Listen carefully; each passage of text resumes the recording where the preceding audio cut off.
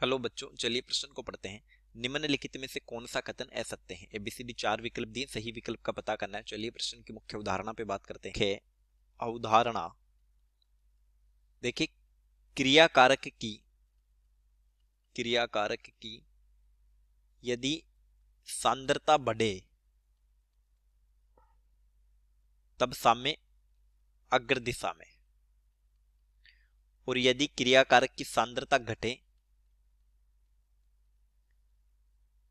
तब साम्य पश्च दिशा में। वही टेम्परेचर बढ़ाने पर ऊष्माशोषी की दिशा में, यानी ऊष्माशोषी की दिशा में, और वही टेम्परेचर घटा दे तो ऊष्माक्षेपी की दिशा में।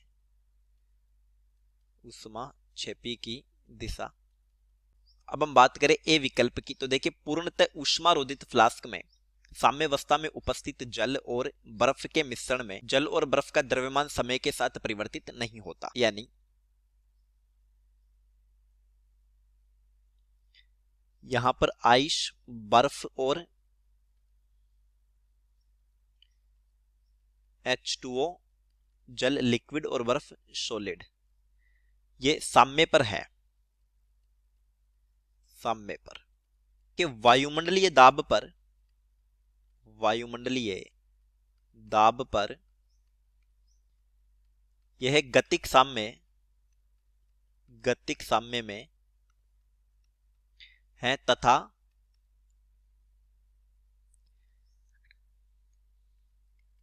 अभिक्रिया की दर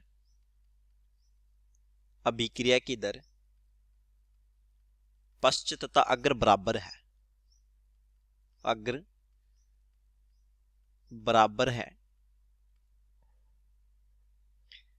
यानी ये एक भौतिक साम्य है, तो आइस जितना लिक्विड में कन्वर्ट हो रहा है, लिक्विड उतना ही आइस में कन्वर्ट हो रहा है। गतिक साम्य है, लेकिन rate of reaction forward and backward बराबर है, तो यहां पर द्रव्यमान परिवर्तित नहीं होगा। द्रव्यमान परिवर्तित नहीं, लेकिन एटमॉस्फेयर प्रेशर पर अगर प्रेशर बढ़ा दिया जाता है तो फिर साम्य उधर चला जाता है जिधर आयतन घटता है, द्रव्यमान परिवर्तन नहीं होगा। तो ये सत्य है। बी है, साम्यावस्था पर जब iron third nitrate potassium thiocyanate युक्त विलयन में ऑक्जेलिक अम्ल मिलाया जाता है तो लाल रंग की तीव्रता में वृद्धि हो जाती है। देखिए यह है Fe+3 प्लस पोटेशियम थायोसाइनेट यानी थायोसाइनेट HCN माइनस, ये हो गया थायोसाइनेट। तो ये जो अभिक्रिया होगी यहां पर बनता है FeHCN माइनस +2, इसका रंग होता है रेड। तो अगर अभिक्रिया अग्र हो तो लाल रंग की तीव्रता बढ़ेगी, लेकिन जब सॉल्यूशन में ऑक्जेलिक अम्ल मिलाया जाता है तब यह Fe+3 आयनों के साथ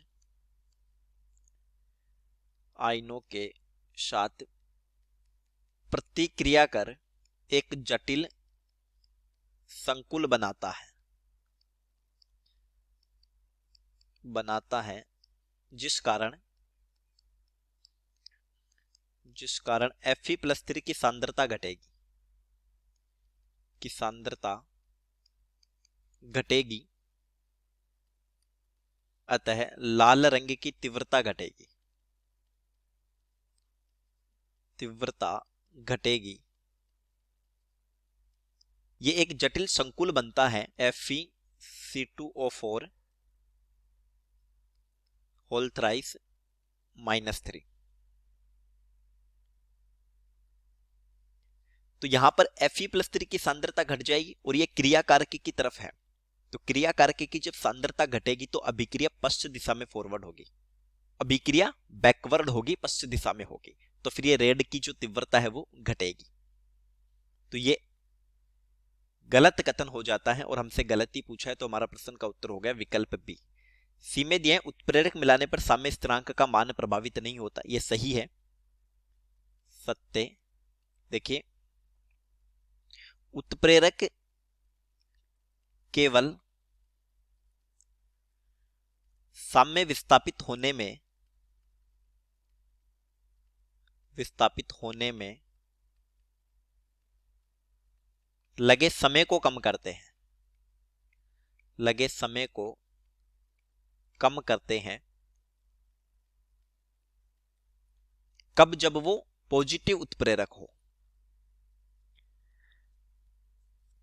लेकिन साम्य पर ये प्रभाव नहीं डालते। देखिए साम्य केवल ताप से प्रभावित होता है, साम्य केवल ताप से प्रभावित होता है, प्रभावित होता है। डी है डेल एच के ऋणात्मक मान वाली अभिक्रिया। ऋणात्मक मान का मतलब हो गया ऊष्मा क्षेपी अभिक्रिया का साम्य स्थिरांक ताप में वृद्धि होने पर कम हो जाता है। तो ऊष्मा क्षेपी के लिए अगर टेम्परेचर बढ़ाएंगे तो अभिक्रिया बैकवर्ड हो जाएगी। वो टेम्परेचर बढ़ाने पर अभिक्रिया ऊष्मा शोषी की दिशा में होती है, मुख्य उदाहरण में हमने जाना। तो ये भी सत्य कथन है, तो उत्तर हो गया विकल्प बी। चलिए उम्मीद करता हूं प्रश्न समझ आया होगा। धन्यवाद।